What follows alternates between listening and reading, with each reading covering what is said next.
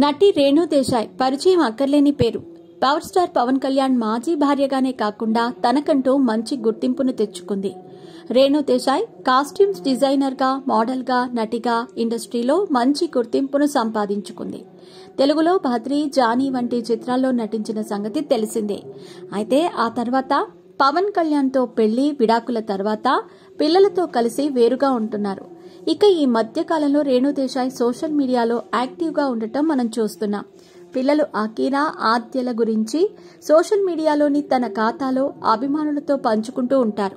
అయితే తాజాగా రేణు దేశాయ్ గురించి ఓ వార్త సోషల్ మీడియాలో తెగ వైరల్ అవుతోంది. అదేంటి అనుకుంటున్నారా? రేణు దేశాయ్ టాలీవుడ్ హీరో జూనియర్ ఎన్టీఆర్ కు వీడియో కాల్ చేశారట.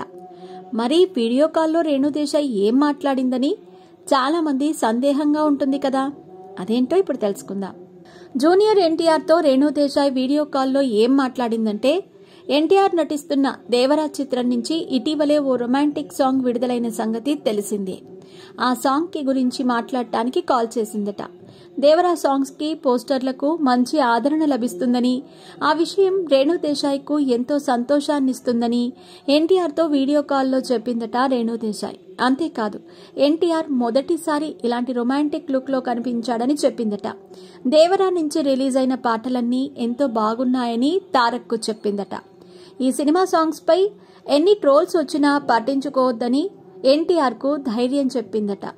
గతంలో కూడా రేణు దేశాయ్ ఎన్టీఆర్ గురించి చాలా సందర్భాల్లో కామెంట్లు చేసిన సంగతి తెలిసిందే.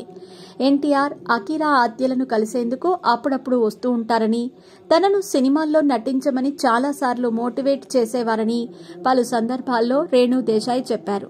ప్రస్తుతం రేణు దేశాయ్ జూనియర్ ఎన్టీఆర్ తో మాట్లాడిన మాటలు కాస్త నెట్టింట తెగ వైరల్ అవుతున్నాయి.